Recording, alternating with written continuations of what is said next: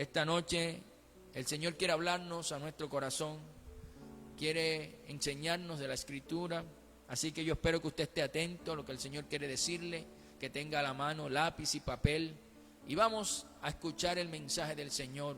Vamos a abrir nuestro corazón y estar dispuestos a escucharlo, a tomar todo eso bueno que el Señor tiene para nosotros y a ponerlo en práctica en nuestra vida, para ser vencedores, para ser hijos de Dios, para habitar como extranjeros en esta tierra. La palabra de esta noche la hemos titulado, vamos a hacer una serie que la vamos a ir trabajando todos los jueves hasta que terminemos. Son alrededor de 4 o 5 predicaciones. Vamos a hablar del Sermón del Monte. En esta primera parte vamos a hablar de las bienaventuranzas, las 3 primeras bienaventuranzas. Y vamos a desglosar lo que el Señor quiere hablarnos a nuestro corazón. Los invito allí desde donde usted se encuentre a leer conmigo lo que dice la Escritura en el libro del Evangelio de Mateo, capítulo 5, verso del 1 al 12. Dice así la Escritura, la palabra del Señor: viendo la multitud, subió al monte, y sentándose, vinieron a él sus discípulos, y abriendo su boca les enseñaba diciendo: bienaventurados los pobres en espíritu, porque de ellos es el reino de los cielos. Bienaventurados los que lloran, porque ellos recibirán consolación. Bienaventurados los mansos, porque ellos recibirán la tierra por heredad. Bienaventurados los que tienen hambre y sed de justicia, porque ellos serán saciados. Bienaventurados los misericordiosos, porque ellos alcanzarán misericordia. Bienaventurados los de limpio corazón, porque ellos verán a Dios. Bienaventurados los pacificadores, porque ellos serán llamados hijos de Dios. Bienaventurados los que padecen persecución por causa de la justicia, porque de ellos es el reino de los cielos. Bienaventurados sois cuando por mi causa os vituperen y os persigan, y digan toda clase de mal contra vosotros mintiendo. Gozaos y alegraos, porque vuestro galardón es grande en los cielos. Porque así persiguieron a los profetas que fueron antes de vosotros. Palabra de nuestro Señor Jesucristo. El Sermón del Monte es considerado el discurso más largo que dio nuestro Señor Jesucristo cuando estuvo en la tierra en su ministerio terrenal. Abarca los capítulos 5 al 7 del Evangelio de Mateo. En este Sermón del Monte el Señor Jesucristo nos quiere enseñar cómo debemos vivir nosotros los que hacemos parte del reino de los cielos. Es decir, el Señor nos quiere mostrar, nos quiere enseñar cómo debe ser nuestra actitud, pero también cómo deben ser nuestras acciones si tenemos a Jesús como nuestro Señor y nuestro Salvador. Podemos considerar el Sermón del Monte como el manual de vida de un cristiano. Por eso es tan importante leerlo. Si usted no ha leído todo porque el Sermón del Monte va del capítulo 5 y 7, léalo en su casa, devórese y sepa que ese es el manual de vida de un cristiano. ¿Cómo debe vivir un cristiano? El Señor Jesús estableció la manera de vivir en ese sermón. En el texto que hemos leído para comenzar, encontramos las bienaventuranzas. Es la primera parte del Sermón del Monte, conocida como las bienaventuranzas. La palabra griega utilizada en el original para la palabra bienaventurados es la palabra makarios, que se traduce como felices, dichosos, especialmente bendecidos. Eso significa esa palabra, bienaventurados. Ahora, hagámonos una pregunta o pongámonos un interrogante. ¿Qué pasaría o qué haríamos nosotros si nos pidieran que hiciéramos una lista de las personas que nosotros consideramos que son las personas más felices y dichosas de la sociedad? ¿A quiénes pondríamos en esa lista, mire, yo estoy seguro que esa lista que nosotros haríamos sería muy diferente a la lista que el Señor nos da en este texto bíblico que hemos leído. Quizás nosotros diríamos que son felices las personas que tienen muy buenos salarios, o las personas que tienen extraordinarios empleos o grandes empresas, o que son felices aquellas personas que son famosas, reconocidas y que viajan por todo el mundo. O quizás nosotros diríamos que son felices los que son atractivos físicamente porque son admirados por muchas personas. O quizás nosotros simplemente diríamos que son felices aquellos que tienen mucho dinero y que pueden comprar lo que de su corazón desee, lo que quieran. Quizás nosotros diríamos nombres de esas personas que cumplen estas características. Pero el Señor Jesucristo en las bienaventuranzas nos enseña cómo ser felices, o más bien qué es ser felices en el reino de los cielos. Y ese ser felices en el reino de los cielos es muy diferente o contrasta con el ser feliz aquí en este mundo, aquí en esta tierra, o lo que el mundo nos ha mostrado que es ser felices. Hay un contraste. Yo diría que son polos opuestos, lo que el mundo dice que es la felicidad y lo que Dios dice que es ser verdaderamente feliz. Ahora, el Señor en este sermón del monte nos muestra las actitudes que son importantes y que tienen valor en el reino de los cielos. Porque hay cosas que verdaderamente Dios espera de nosotros y Él las plasmó en este sermón, las dijo en este sermón. Veamos detalladamente quiénes son los bienaventurados, quiénes son los dichosos, quiénes son los verdaderamente felices según nuestro Dios, quiénes son los verdaderamente felices en el reino de los cielos. La primera bienaventuranza dice: bienaventurados los pobres en espíritu, porque de ellos es el reino de los cielos. El Señor no nos está diciendo que necesitamos ser pobres para entrar al cielo. No, Él no nos está diciendo eso, porque eso sería una contradicción.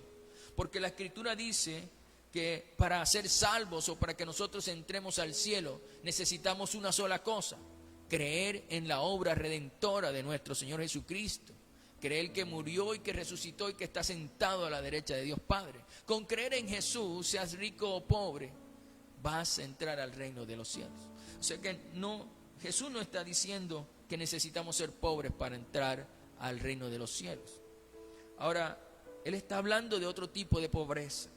Ahora, el Señor tampoco está diciendo que los ricos están condenados, porque sabemos y conocemos que gracias al Señor que muchas personas ricas han aceptado a Jesús en su vida como Señor y Salvador, han confiado en el Señor y hoy tienen vida eterna a través de Cristo Jesús.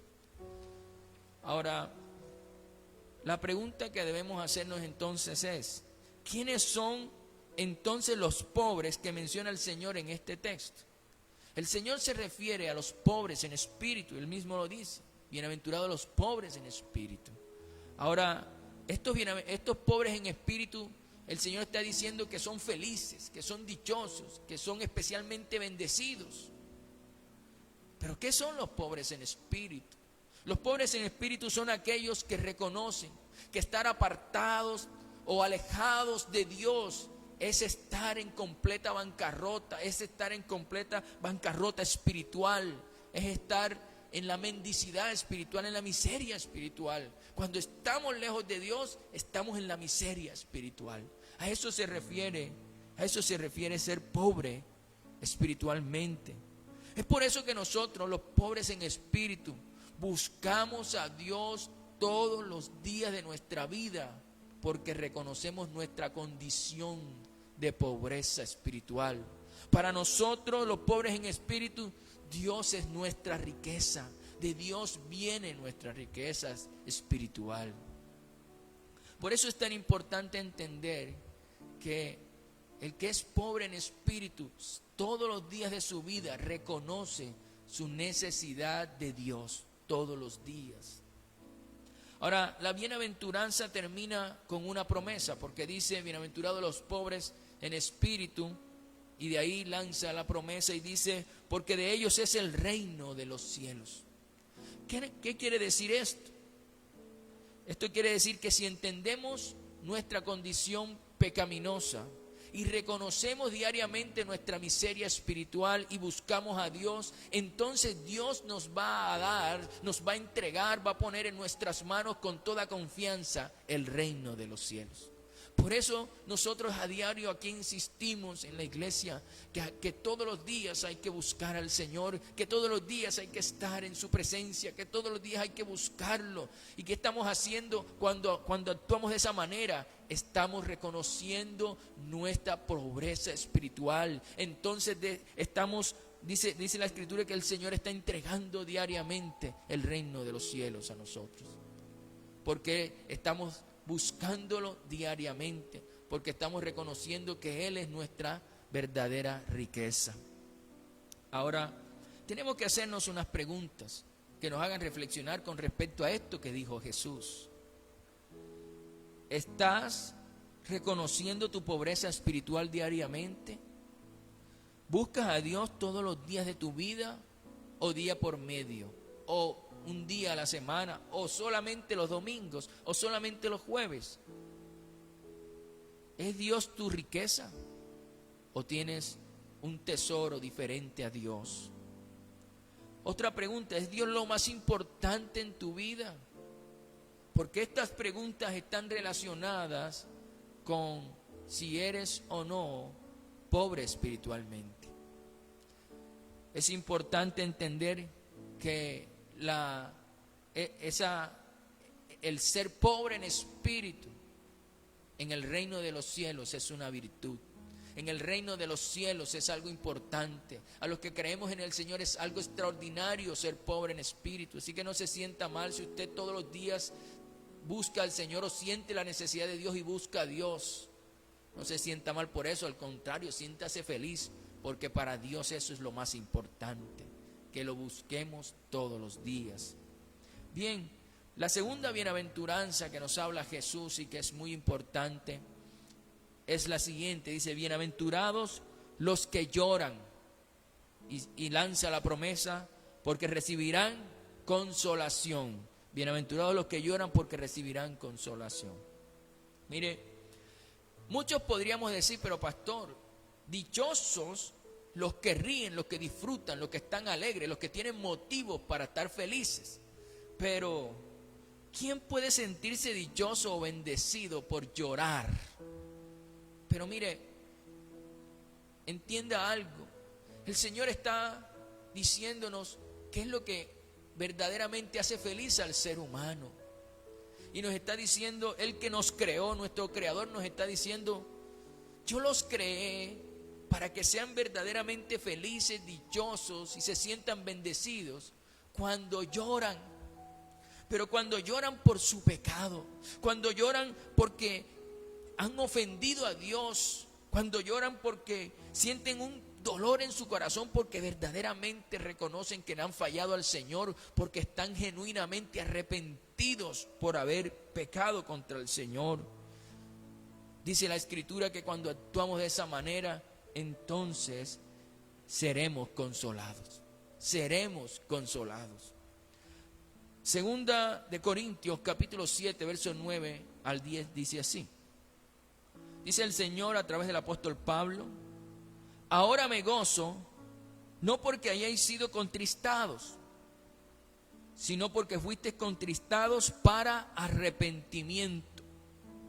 Porque habéis sido contristados según Dios, para que ninguna pérdida padecieseis por vuestra parte. Porque la tristeza que es según Dios produce arrepentimiento para salvación. ¿De qué no hay que arrepentirse? Pero la tristeza del mundo produce muerte. Produce muerte. Así que para Dios, cuando lloramos arrepentidos por nuestro pecado, eso es algo que trae felicidad, que trae alegría, que trae dicha, que nos debemos sentir especialmente bendecidos cuando lloramos por arrepentimiento por nuestro pecado. Ahora, hay personas en el mundo que, al contrario de llorar por su pecado, lo que hacen es que se ríen, se burlan, se mofan y se sienten orgullosos de los pecados que cometen. Por eso el Señor dice que dichosos los que sienten arrepentimiento y sean felices cuando nos arrepentimos del pecado. Porque hay personas en este mundo que lo que hacen es que se burlan, que lo que hacen es que se mofan y que se sienten orgullosos de cometer cierto tipo de pecados. El Salmo 73, capítulo 8, verso 9 nos habla de esto y dice la Escritura: se mofan y hablan con maldad de hacer violencia. Escúchelo bien. Se mofan y hablan con maldad de hacer violencia. Hablan con altanería, o sea, con orgullo. Ponen su boca contra el cielo y su lengua pasea la tierra. Ahora, también hay personas que en lugar de llorar de arrepentimiento, lo que hacen es que se divierten en su pecado. Y eso lo encontramos en el libro de Proverbios, capítulo 10, verso 23. Dice la Escritura: el hacer maldad es como una diversión al insensato, mas la sabiduría recrea al hombre de entendimiento. La persona que es insensata o que es necio, el hacer maldad es una diversión, es algo que disfruta y que seguramente le divierte que otras personas también hagan ese tipo de maldad o hagan ese tipo de pecados. Ahora, debemos saber y debemos entender que al final estas personas no serán consoladas. Por el contrario, estas personas llorarán por su condenación por hacer pecado y no arrepentirse delante del Señor. En el Evangelio de Mateo, en el capítulo 13, en el verso 41 al 42, nuestro Señor Jesucristo habló de esto y nos dice: enviará el Hijo del Hombre a sus ángeles y recogerán de su reino a todos los que sirven de tropiezo. Y recogerán, dice, de su reino a todos los que sirven de tropiezo y a los que hacen iniquidad. Y los echarán en el horno de fuego. Allí será el lloro y el crujir de dientes a los que hacen iniquidad. Ahora, debemos tener claro que los que lloran por su pecado, los que en su corazón están genuinamente arrepentidos cuando cometen esas faltas delante del Señor o cometemos esa falta delante del Señor, cuando estamos genuinamente arrepentidos, debemos saber algo: nunca jamás seremos rechazados por el Señor. Por el contrario, seremos perdonados, seremos consolados y escaso será cambiado nuestro lamento en baile. Reiremos con gozo cuando venimos al Señor arrepentidos, cuando venimos al Señor con un corazón humillado, ¿verdad? Cuando reconocemos nuestro pecado, vamos a terminar en gozo. El Salmo 30, verso del 10 al 11 nos dice: oye, oh Jehová, y ten misericordia de mí. Jehová, sé tú mi ayudador. Has cambiado mi lamento en baile. Desataste mi cilicio y me ceñiste de alegría, dice la Escritura. Aquí tenemos que hacernos preguntas. Siempre que usted llore porque está arrepentido por su pecado, porque siente que le falló al Señor, porque en su corazón siente dolor por haberle cometido esa falta, usted debe saber que aunque en ese momento usted llore y sienta dolor, usted debe saber que usted es un bendecido, que usted es un dichoso y un feliz, porque va a ser cambiado ese dolor en alegría, no como otros que se ríen y se mofan y se divierten en su pecado y no van a terminar en gozo, no van a terminar en alegría, van a terminar en dolor y en llanto. Pero los que reconocemos nuestro pecado, será cambiado nuestro lamento en baile. Ahora, debemos hacernos una pregunta: en este punto acerca de lo que Jesús nos habla. Y la pregunta es, ¿cuál fue la última vez que lloraste por haberle fallado al Señor? ¿Cuál fue la última vez que reconociste tu pecado delante de Dios? Eso es importante tenerlo allí. Si no lo has hecho, hoy es el momento de llorarle al Señor y reconocer nuestro pecado delante de Él. De esa manera seremos dichosos, seremos felices, seremos especialmente bendecidos. Ahora, hemos hablado de dos bienaventuranzas extraordinarias que nos habló el Señor Jesús en el Sermón del Monte. Pero hablemos de una más en esta noche, en esta primera parte de esta serie.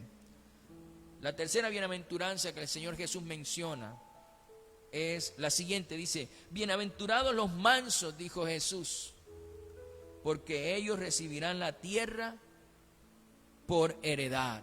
Porque ellos recibirán la tierra por heredad. Ahora, la palabra griega usada en el original para la palabra manso es la palabra praus, que se refiere a alguien que tiene control de sí mismo, dominio propio. Es decir, que ser manso no se refiere a alguien débil o a alguien cobarde, no. Ser manso se refiere a alguien que es fuerte, que tiene la capacidad de controlarse a sí mismo, que tiene la capacidad de tener un alto autocontrol.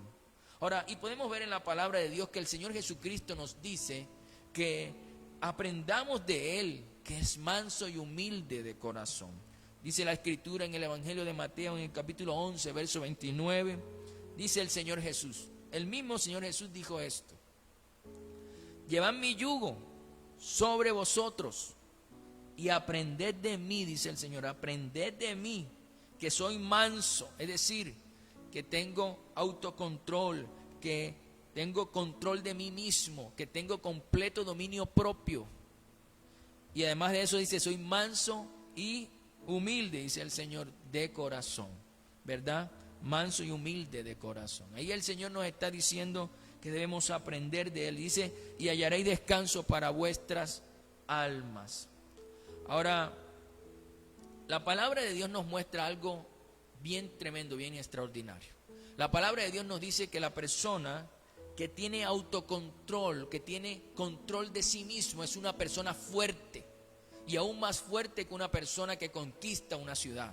Eso nos dice la Escritura. Así que si usted es una persona que tiene poco dominio propio autocontrol, entonces usted es débil en el reino de los cielos. Por eso el Señor nos está llamando a ser mansos, tener un alto control de nosotros mismos. En el libro de Proverbios, en el capítulo 16, el verso 32, lo voy a leer en la versión Nueva Traducción Viviente, la Escritura nos dice, mejor es ser paciente que poderoso, más vale tener control propio que conquistar una ciudad. Mire, Salomón es quien habla aquí en el libro de Proverbios y nos está diciendo, con toda la sabiduría que Dios le dio, nos está diciendo que es mucho mejor ser paciente que poderoso. Y a muchos de nosotros seguramente nos cuesta ser pacientes, autocontrolarnos, a esperar, colocarnos a esperar con una buena actitud. Ahora, porque podemos esperar, todos podemos esperar, no es la virtud, todos podemos esperar. La cuestión es esperar con una buena actitud. Ahora, dice, es mejor ser paciente que poderoso. Tenemos que controlarnos al momento de esperar y con la mejor actitud. Eso es de ser de personas mansas, eso es de personas fuertes. Ahora dice, más vale tener control propio que conquistar ciudad. Somos llamados entonces a ser mansos y humildes como el Señor, y eso implica que seamos fuertes en dominarnos a nosotros mismos. Ahora, podemos decir entonces que los mansos son bienaventurados. ¿Por qué son bienaventurados? Porque aunque tienen la capacidad, el poder y la fuerza para destruir, para herir, para maltratar, para tomar justicia por su propia mano, prefieren no hacerlo. Y preferimos confiar en el Señor, y que el Señor pelee nuestras batallas, que el Señor vaya por nosotros, que el Señor nos dé su herencia, ¿verdad? Que Él nos da su herencia sin necesidad de nosotros reclamársela y exigírsela. ¿Por qué? Porque el Señor sabe que dependemos de Él. Para terminar en esta noche, o ir terminando, voy a leer lo que dice el Salmo 56, verso de 8 al 9.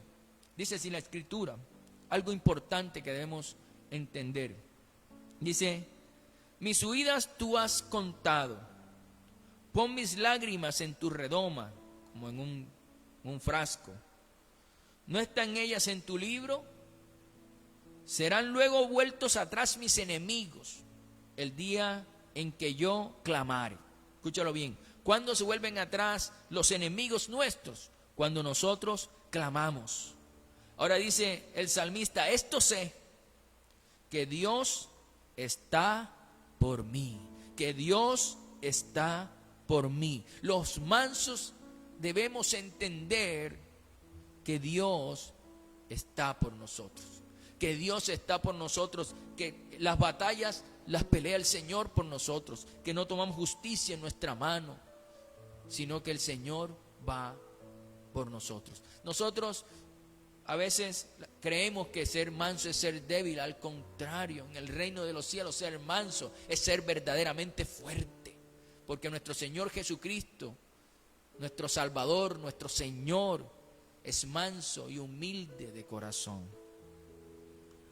Ahora, tenemos que hacernos unas preguntas como de un test para ver cómo estamos con respecto a esta bienaventuranza que el Señor nos enseña. ¿Qué tan manso eres? ¿Qué tanto control tienes de ti mismo? ¿Qué no puedes controlar de ti? ¿Dejas que Dios pelee tus batallas o tú haces a tu manera? ¿Cobras justicia por tu mano o esperas que Dios actúe por ti? Y hasta este punto, con estas tres bienaventuranzas que hemos estudiado esta noche, hasta este punto, ¿qué tan bienaventurado, qué tan feliz, qué tan dichoso eres? Porque hemos visto tres cosas o tres bienaventuranzas que el Señor quiere que entendamos, que es la forma en la que vamos a ser verdaderamente felices, verdaderamente dichosos.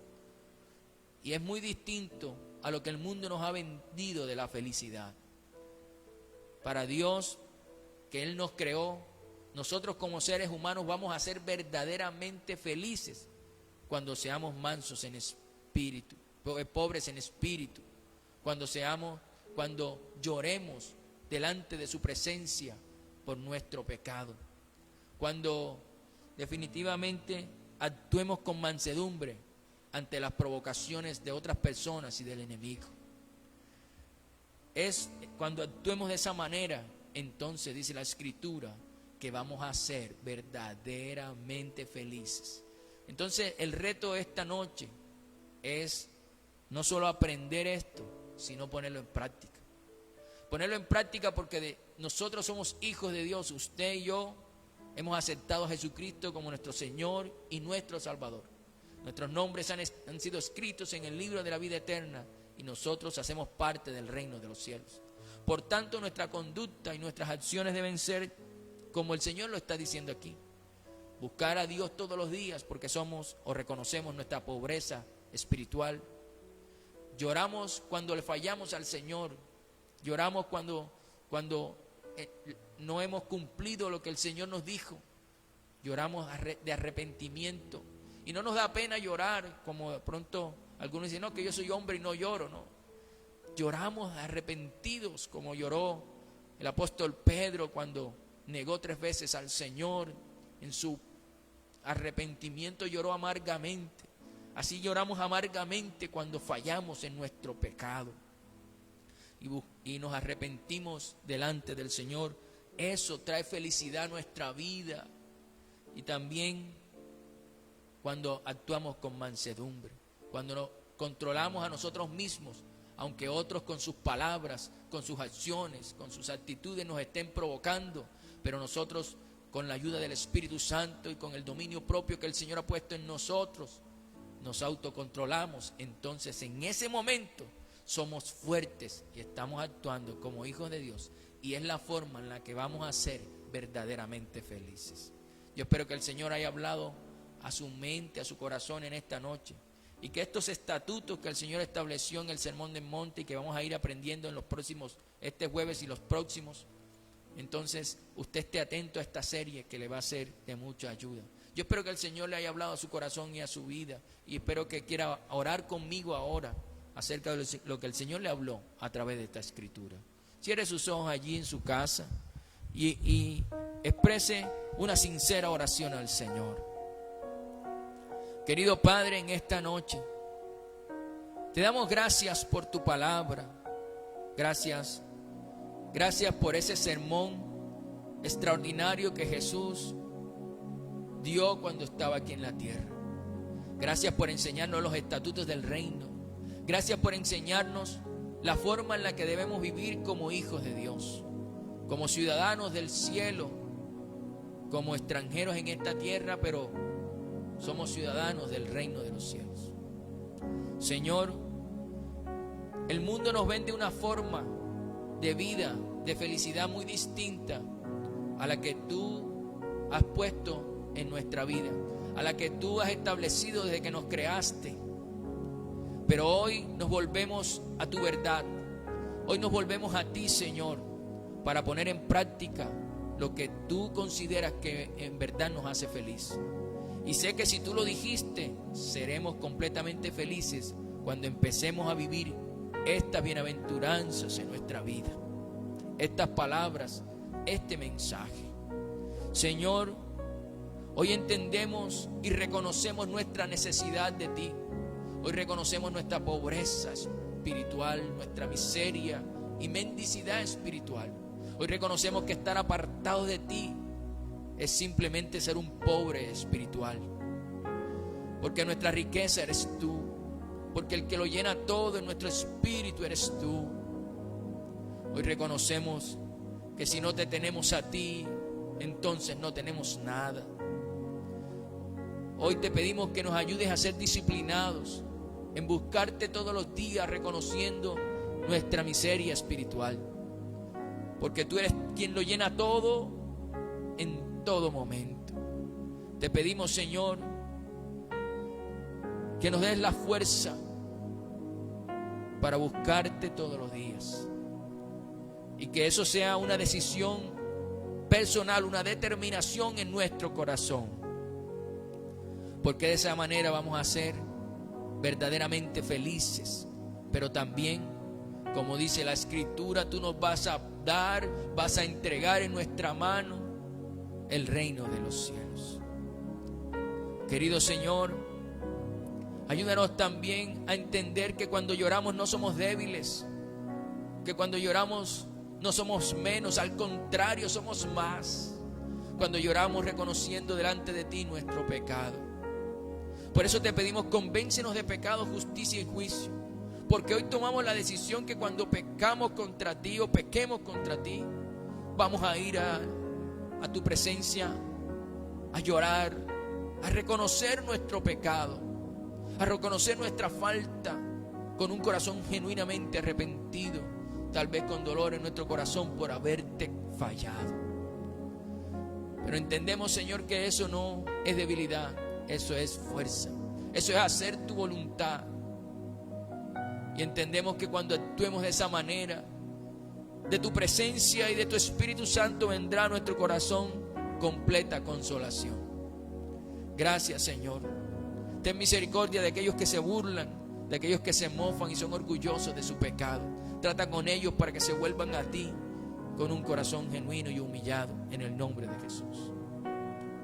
Padre, gracias, porque siempre que te buscamos con un corazón arrepentido y con dolor en nuestro corazón y con lágrimas en nuestros ojos, gracias porque nunca nos has rechazado, nunca jamás lo has hecho y nunca jamás lo vas a hacer.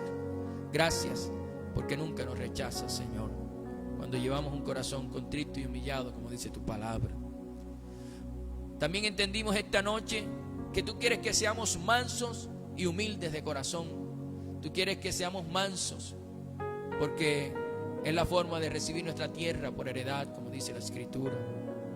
Señor, ayúdanos a controlarnos a nosotros mismos, a ser fuertes en eso, a tener un alto dominio propio, porque es la manera de ser fuertes. Para el mundo, ser fuerte es cobrar justicia por la mano, es no controlarse, salirse de casillas. Para ti, Señor, es fuerte aquel que es manso, que sabe controlarse a sí mismo, que sabe hacer tu voluntad, que tiene dominio propio. Por eso te pedimos, ayúdanos a través de tu precioso Espíritu Santo a tener dominio propio y a experimentar la verdadera felicidad que tienes para nosotros, tu Creador maravilloso. Hoy te pedimos en el nombre de Jesús, te pedimos perdón por todas las veces que no hemos actuado con mansedumbre, sino que hemos tratado de hacer las cosas a nuestra manera. Pero hoy entendemos que tú quieres que dejemos la justicia en tu mano, porque tú peleas nuestras batallas, tú nos haces justicia, tú vas por nosotros y tú nos das la herencia. Eso dice la Escritura. Hoy confiamos en tu palabra maravillosa, Señor. Te pido que todas esas promesas del reino de los cielos, de la consolación y de que poseeremos la tierra, se cumplan en nuestra vida. Esas promesas se hagan realidad, porque de hoy en adelante vamos a poner en práctica estas bienaventuranzas que hoy marcaron nuestra vida en el nombre de Jesús. Gracias, Señor, por tu palabra. Ayúdanos a ser mansos y humildes de corazón, pobres en espíritu, y ayúdanos a entender que cuando lloramos no somos menos, sino que somos más. Gracias, Dios, te amamos y te adoramos en el nombre de Cristo Jesús. Gracias, querido Señor. A ti sea la gloria, la honra y la exaltación para siempre. Gracias por tus preciosas palabras y por enseñarnos qué es lo que nos hace verdaderamente felices. Gracias, Señor, en el nombre de Cristo Jesús. Amén, amén y amén. Bueno, espero que el Señor le haya bendecido a través de esta palabra, que le haya traído excelentes momentos, que Dios lo haya llevado a reflexionar, que lo haya llevado a tomar decisiones para mejorar completamente su relación con Dios. Espero que esta palabra le haya edificado, le haya fortalecido para que siga haciendo la voluntad de Dios, que es